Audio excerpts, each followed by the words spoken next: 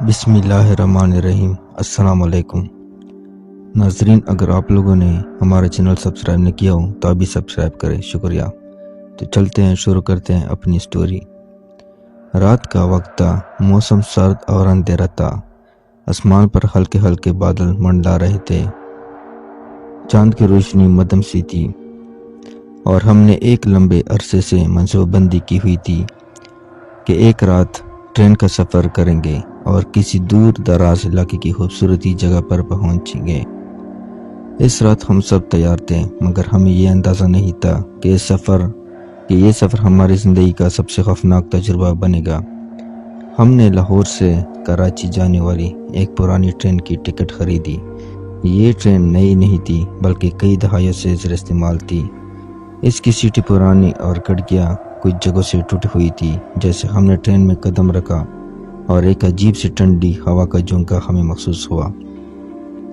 ایسا لگا جیسے کسی نے ہمارے کان میں سرگوشی کی ہو، لیکن ہم نے اسے نظر انداز کیا اور اپنی نشستیں تلاش کر لی۔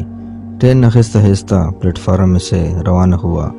ابتدا میں سب کچھ معمول کے مطابق تھا، لیکن جیسے جیسے ہم شہر سے دور ہوتے گئے، ایک عجیب سی خاموشی چھانے لگی۔ ٹرین کی آواز کے علاوہ وہ کوئی آواز نہیں تھی۔ یہ خاموشی دل دہلا دینے والی تھی۔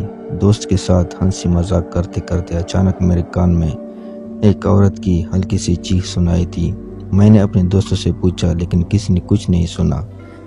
وہ سب ہنسنے لگے اور مجھے کہا کہ شاید مجھے نیند آ رہی ہے۔ رات کے 11 بجے ٹرین ایک ویران اسٹیشن پر رکی۔ ہم نے دیکھا کہ پلیٹ فارم پر کوئی موجود نہیں تھا، دور دور تک نہ بندہ نہ بندی کی ذات، یہاں تک کہ روشنی کے لیے صرف ایک کمزور سا بلب جل رہا تھا۔ ہم نے غور کیا کہ ایک عورت سفید لباس میں ٹرین کے پیچھے بوگی میں داخل ہوئی۔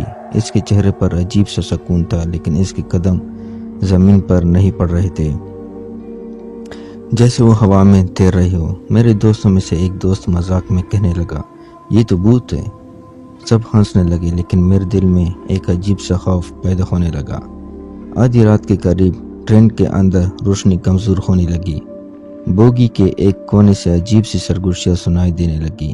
پہلے تو ہم نے سوچا کہ یہ ہوا کی آواز ہو سکتی ہے، لیکن جب وہ سرگوشیاں زیادہ ہوئی تو ایسے لگنے لگا جیسے کوئی ہمیں بلا رہا ہے۔ میرے دوست نے جھنجھلا کر کہا، یہ سب ہماری ذہنی خفیت ہے، سو جاؤ، صبح سب ٹھیک ہو جائے گا۔ لیکن نیند کہاں آنی تھی۔ میرے ساتھ والے دوست سلیم نے اچانک کہا، کیا تم نے دیکھا وہ عورت پھر آئی ہے؟ ہم سب کھڑکی کے پاس گئے تو دیکھا کہ وہ سفید لباس والی عورت پلیٹ فارم کے قریب کھڑی ہے۔ حالانکہ ٹرین چل رہی تھی اور وہ لڑکی ہمیں دیکھ کر مسلسل ہنس رہی تھی، اور اس کی ہنسی ساری بوگی کے اندر گونجنے لگی۔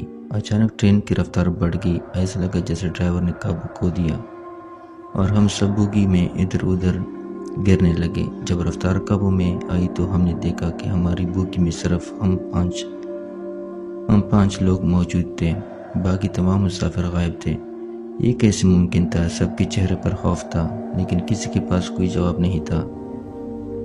ایک دم ہماری بوگی کی لائٹس بند ہو گئی۔ اندھیرے میں ہم نے محسوس کیا کہ کوئی ہمارے درمیان کھڑا ہے۔ کسی کی سانسوں کی آواز اتنی قریب تھی کہ ہم سب ساکت ہو گئے۔ اچانک امیر نے جی ہماری وہ یہاں ہے اور بے ہوش ہو گیا۔ ہم نے امیر کو ہوش میں لانے کی کوشش کی، لیکن وہ بے سود پڑا رہا۔ ٹرین ایک بار پھر کسی ویران علاقے میں رکی اور ہم نے باہر دیکھا کہ دور دور تک کوئی بندر نہیں تھی۔ ایک پرسرار سایہ ہماری بوگی کی باہر آ کر رکا۔ دروازہ کھولنے لگا، ہم سب ایک دوسرے کے ساتھ چمٹ گئے۔ دروازہ کھولا، لیکن وہاں کوئی نہیں تھا۔ ہم نے فیصلہ کیا کہ اگلے اسٹیشن پر اتر جائیں گے، چاہے کچھ بھی ہو۔ جب ٹرین نے دوبارہ سفر شروع کیا تو ہمیں محسوس ہوا کہ بوگی کا ماحول یکسر بدل چکا ہے۔ ہر طرف سردی بڑھ گئی تھی اور ایسا لگتا تھا جیسے کسی نے ہماری بوگی کو قید خانہ بنا دیا۔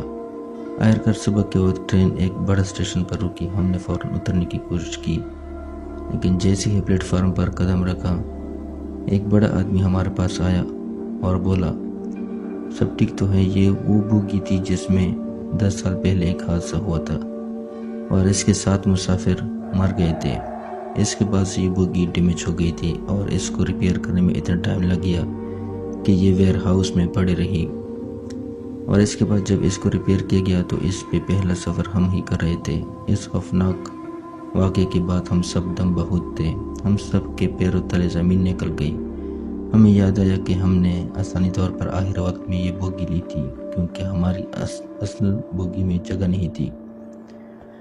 یہ صرف نہ ہمارے لیے خوفناک تھا بلکہ اس خوفناک واقعے کے بعد ہم سب دم بہت پلیٹ فارم پر کھڑے ہوئے، ہمارے ہاتھ کانپ رہے تھے اور زبان سے لفظ نہیں نکل رہے تھے۔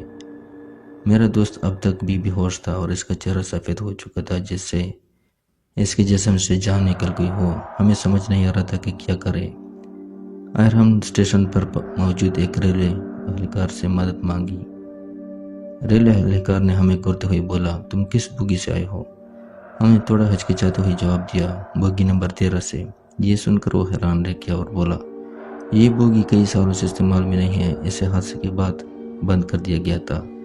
یہ سن کر وہ حیران رہ گیا اور خاموش ہو گیا۔ اس کی شکل دیکھتی ہمارے افسان خطا ہو گئے۔ سلیم نے کانپتے ہاتھوں سے اپنے دوست امیر کو سہارا دیا اور کہا، ہمیں فوراً یہاں سے نکلنا ہوگا، یہ جگہ بھی محفوظ نہیں لگتی۔ لیکن مسئلہ یہ تھا کہ ہم کہاں جائیں؟ ہمارے پاس نہ کوئی گاڑی تھی اور نہ ہی کوئی رہنے کا انتظام۔ ہم نے پلیٹ فارم کے ایک کونے میں بیٹھ کر صبح ہونے کا انتظار کیا۔ امیر آہستہ آہستہ ہوش میں آنے لگا، لیکن جیسے ہی اس نے آنکھیں کھولی وہ ایک جھٹکے سے چیخ اٹھا، وہ پھر آ رہی ہے، وہ ہمیں چھوڑے گی نہیں۔ ہم سب پریشان ہو گئے۔ سلیم نے اسے سنبھالا اور پوچھا، کون آ رہی ہے؟ کیا دیکھ رہا ہے تو نے؟ امیر نے کانپتے ہوئے کہا، وہی سفید لباس والی عورت، وہ میرے خواب میں آئی تھی۔ اس نے کہا کہ تم سب نے اس کی جگہ چھین لی ہے اور اب تم اس کی قید میں ہو۔ ہم نے اس کی بات کو تسلیم کرتے ہوئے جھوٹا قرار دیا، لیکن اندر ہی اندر ہم سب جانتے تھے کہ امیر ٹھیک کہہ رہا ہے۔ ہمارے دلوں میں ایک عجیب سا خوف پیدا ہو رہا تھا اور ایسا لگتا تھا کہ کوئی سایہ ہمارے ارد گرد منڈلا رہا ہے۔ ہم کسی بھی طرح اس جگہ سے واپس جائیں گے۔ اگلی ٹرین صبح 8 بجے آ رہی تھی، لیکن ہمیں ایک رات اس پلیٹ فارم پر گزارنی تھی۔ ہم نے ایک خالی کمرے میں پناہ لی جو اسٹیشن کے قریب واقع تھا۔